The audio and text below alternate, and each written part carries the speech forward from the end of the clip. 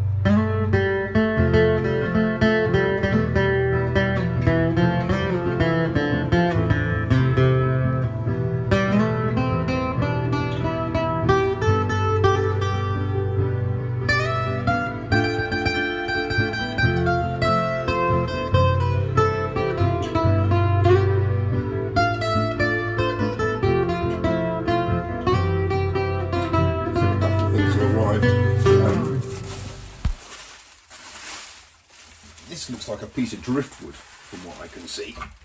I'm intrigued. It really does just look like a piece of driftwood.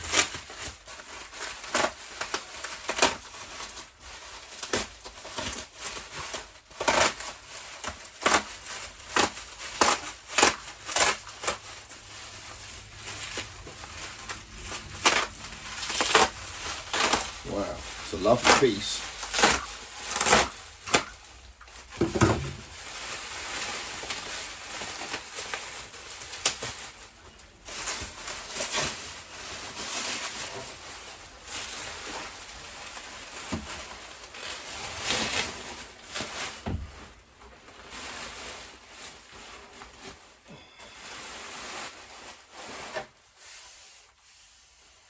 God, that is a lovely piece of timber. Look at the colouring on that. It's nice and level. That would be ideal as a table for the dinette.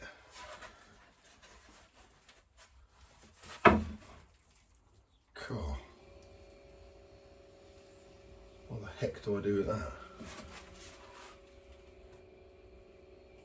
I guess it can be started by being smartened up a bit. A bit of it's been damaged in transit.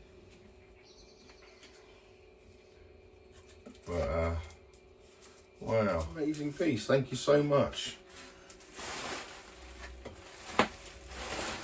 I do know who sent that to me, so I shall, well, I have to think about that. Well, these are the two solar panels I've got, and obviously that one is just resting on the mushroom vent and on the side rail here on the starboard side, but if it were to go starboard port, it's basically going to occupy the whole kind of span of the boat, and in terms of its pivoting position, where I put the bracket, I'll have to put it right on the ridge, which isn't ideal.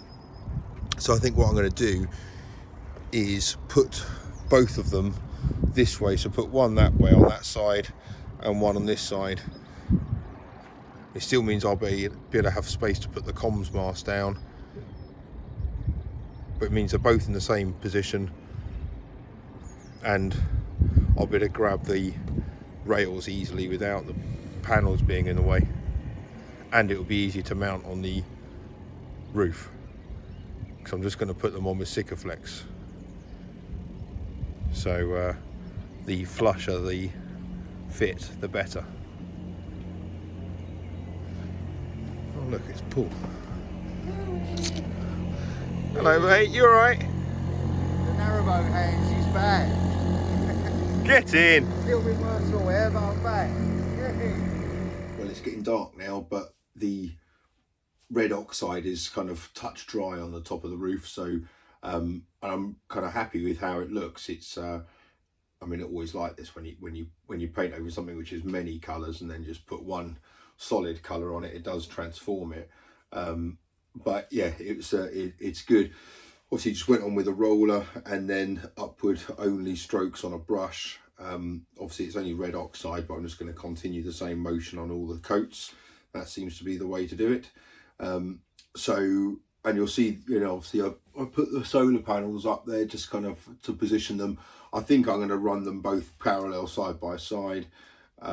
It makes it quite easy to bring in the cables. It makes it quite kind of tidy up on the boat as well. I'll double check that I've got the space to kind of lay down the comms mast, but that should be all right. And I'll double check that the brackets I've got kind of work on that side. Obviously I need them to tilt. They're not going to tilt that much, obviously, given what they are, but the reason I'm going to put the brackets on with Sikaflex is because I'm not 100% sure what the final kind of solar install is going to be or look like. So it might be that in time I replace those two, because they're only 100-watt panels each. So, you know, it might be that I replace those two with a 300 or something like that. So if I use Sikaflex, and obviously means I can pry it off and I haven't made holes in the boat in the roof. I don't really want to make any holes in the roof. Johnny London did this on his channel. He was talking about it when he did his solar panels, just puts it on with Sikaflex. It seems to work really well. He knows his onions, so, you know, if it's worked for him, that'll be fine. But I do see his point about extra holes drilled through the top of the roof. It's just, yeah, eventually that is going to be a point of weakness. So yeah, I'm going to use Sikaflex, see how that goes. But I think, yeah, the positions of them should work fine. I've got some cable. I need to double check I've got enough cable. I need to get some connectors for it. And then I need to obviously get a charger, a solar charger. There's a couple that I'm looking at, but hopefully by the end of next week I should have that in place. So kind of should be in a better position, which I need to, because as you can see the light in here is kind of fading slightly, which is, so I just got to kind of swap the batteries over, but that's just kind of how things are at the moment. I've had a couple other things turn up whilst I was in London. Got a whole load of these kind of sealable pots for tea and coffee and stuff like that, so that's really good because I need a lot of them. I go through a lot of them. Someone sent me a whole load of these cleaning products with something called a sponge. I've totally said that wrong, but I don't know, one sponge, but apparently it's meant to be super absorbent, and some barkeeper's friend, which many people recommended for the galley sink, so that's cool, so thank you very much for that. By far the thing which is going to shape my eating habits on the boat is this. I've never seen one of these before. I sound like someone who's kind of lived under a rock, but I've never seen one. It's a toasted sandwich kind of grill pan thing, but you can put it on the gas hob, you can put it on an induction hob, but importantly you can put it on the stove or in the stove. I've had it about 4 hours and I've had 3 toasties, so I just love a toasty, and that is brilliant, so thank you so much. And that also came with another kind of cast aluminium pan, which is for cooking in the galley, so it was unnamed, the gift, so not saying anything. This arrived, but this was actually bought by me. Actually it wasn't, it was bought by the firm. This is the charger I needed for the laptop. As I said, it needed a auto end, so that just plugs into the end of the dinette like that, and then that can plug into the laptop. Yeah, so that's really good. It's obviously Hewlett Packard. 93 quid this was, and all the other options I've tried, basically the computer says it's not one of ours. No, go and spend the money, go and spend the money. So but anyway, that's in, I've got that. What else? Oh yeah, the driftwood. I'm not too sure what to do with that. It's quite narrow for a galley table, sorry, for a dinette table. However, it would be brilliant as like a workbench for, not, you know, proper work, not for like, you know, laptops and stuff. It would be a really nice piece for that.